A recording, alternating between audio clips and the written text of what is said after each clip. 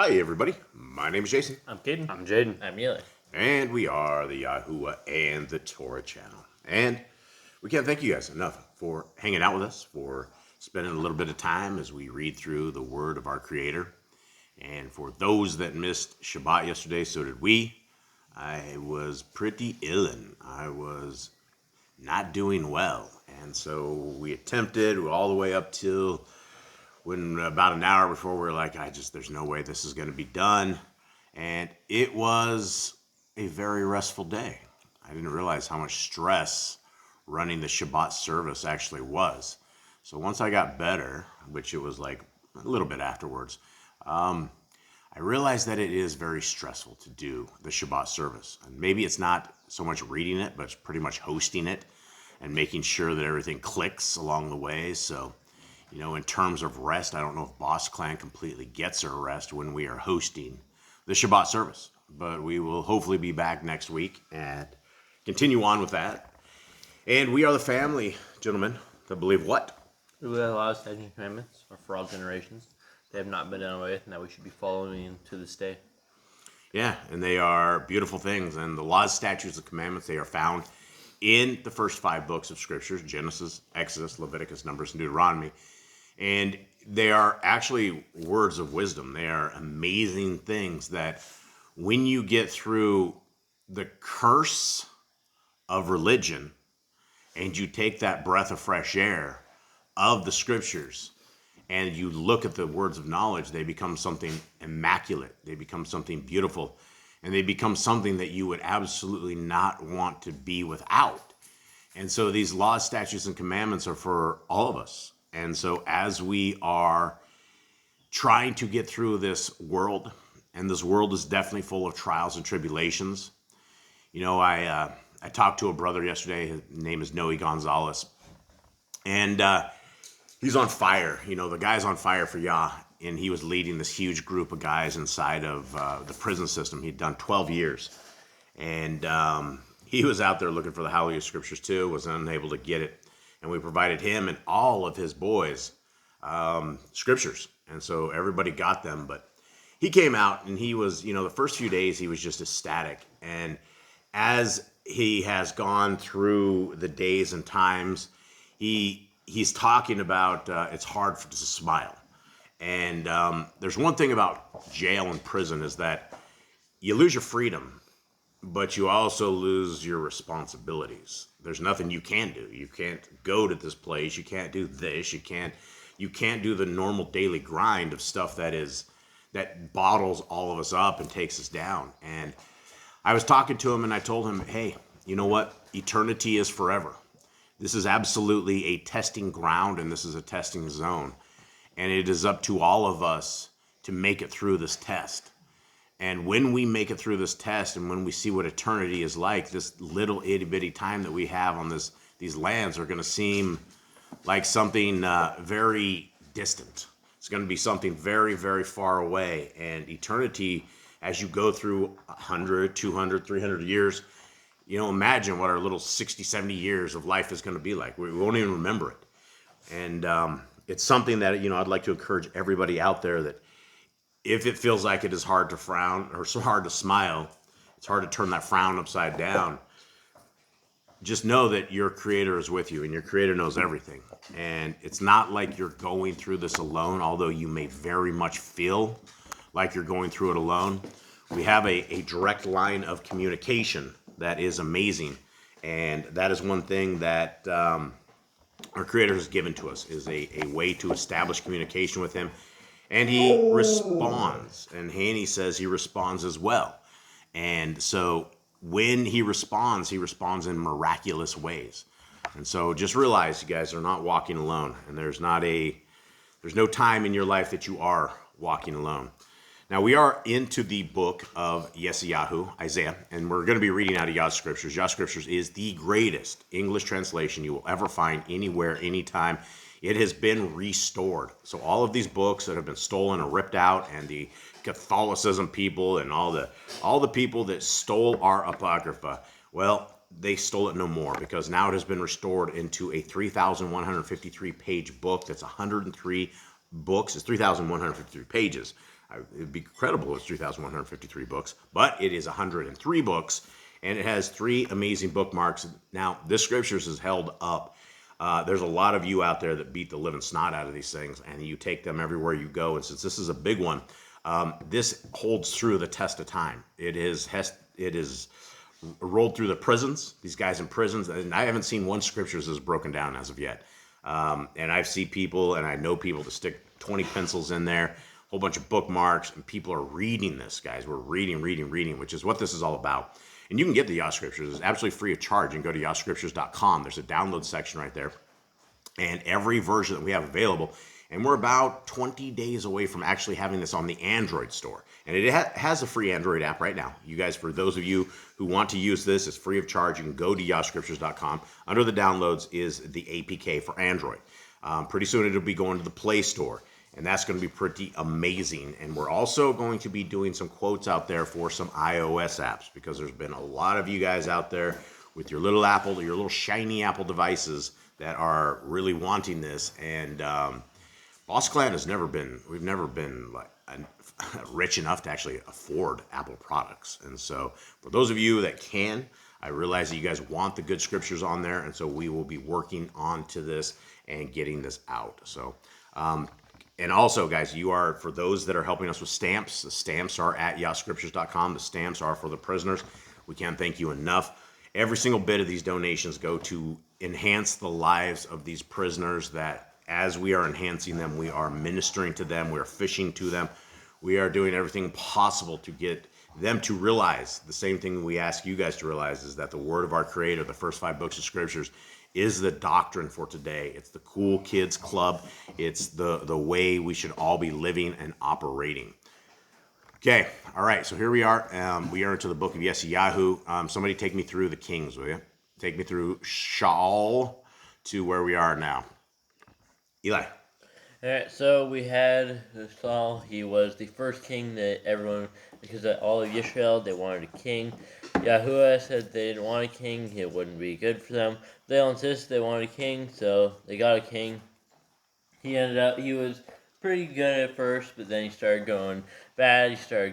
They went to mediums. He eventually got kicked off, basically. Then he died.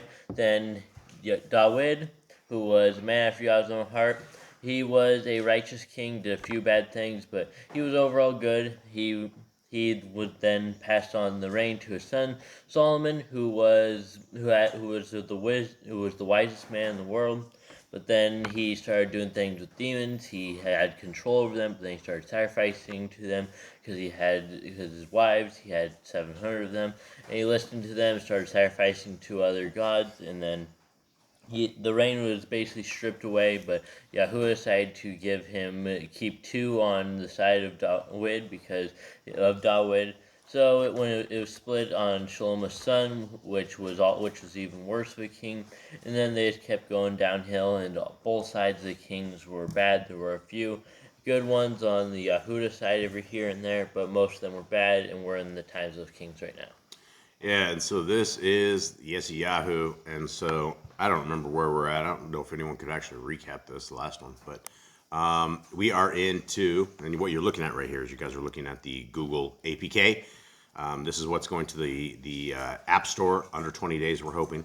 And you guys can see it has all 103 books, like the big blue book. This is the digital version of it, which is simply amazing. It takes no internet connection, has no spine, no nothing. It's just you can use it offline. It is amazing. So here we are. YESHAYAHU, Isaiah 36, and sorry for the distractions. Any dogs you guys hear? There is dogs everywhere. Okay, everyone ready? Yep. Everyone good? By the way, did you guys have a good Shabbat? Everyone? Yeah. Everyone rested real good? Yeah. That's good. Okay, here it is. And it came to be in the 14th year of sovereign Kizikiyahu that Sennacherib, sovereign of Ashur, came up against all the walled cities of Yehudah and took them. And the sovereign of Ashur sent the Rabashek Sha'aki with a great army from Lachish to sovereign Kizikiyahu at Jerusalem. And he stood by the channel of the upper pool on the highway to the launderer's field. And there came to him Eliakim, son of Kilikiyahu, who was over the household, and Shebna, the scribe, and Yoanak, son of Asaph, the recorder. These are some hard names. The Rabshakeh then said to them, please say to Hezekiah, thus said the great sovereign, the sovereign of Ashur, what trust is this in which you trust? I say, you speak of having counsel and strength for battle, but they are vain words. Now in whom do you trust that you have rebelled against me? Look, you are trusting in the staff of this broken reed, Mitzrayim, on which if a man leans, it shall go into his hand and pierce it. So is Pharaoh the sovereign of Mitzrayim to all who trust in him? Do you have anything for extracurricular stuff from that? A little bit. It doesn't give me too much. Okay. Just Rabshakeh questions Hezekiah's trust. He mocks the reliance on Mitzrayim, calling it a broken reed, useless and harmful. The insight here is Ashur wants Yahudah to feel isolated without allies or hope. They target both faith and political allies and divine help. Okay. All right. 6. Look, you are trusting in the staff of this broken reed Mitzrayim, on which if a man leans, it shall go into his hand and pierce it. So is Pharaoh the sovereign of Mitzrayim to all who trust in him? But if you say to me, we trust in Yahuwah our Elohim, is it not he whose high places and whose altars Hezekiah has taken away, and has said to Yahudah and to Jerusalem, bow yourselves before this altar? And now I urge you, please give a pledge to my master the sovereign of Ashur, and I give you 2,000 horses, if you are able on your part to put riders on them. And how do you refuse one officer of the least of my master's servants and put your trust in Mitzrayim for chariots and horsemen? And now have I come up without Yahuwah against this land to destroy it? Yahuwah said to me, go up against this land and destroy it. And Elikim, Shevna, and Yoach said to Rabshakeh, please speak to your servants in Aramaic, for we understand it. And do not speak to us in the language of Yahudah, in the hearing of the people who are on the wall. Now, this I guess I find this kind of fascinating in Isaiah, because it went from like prophecies and things we could barely understand to an actual story that is part of history right here. And I know the rest of the stuff is part of history, but what is happening here? Does anyone catch this? So this dude is basically two people arguing. It's basically a little member of Ashur. He goes up to Yahudah and he starts telling him, why have you rebelled? Why do you think Mitzrayim is going to be able to help you and save you? Who do you trust in? Where is your faith placed? Do you think you can beat me? And so these dudes are sitting here arguing with this little messenger guy from Ashur. Yeah, and so 2,000 horses is no laughing matter back in the days. It was a monstrous. I mean, if you have 2,000 horses, you're doing okay. Even better yet, you have chariots behind the horses that especially even better yet, iron chariots. So let us continue. So this guy wants him to talk to these guys in Aramaic. But the Rabshakeh said, has my master sent me to your master and to speak to you these words, and not to the men who sit on the wall to eat their own dung and drink their own urine with you? Sounds like a bad thing, right? Yeah, he's just a pretty foul guy.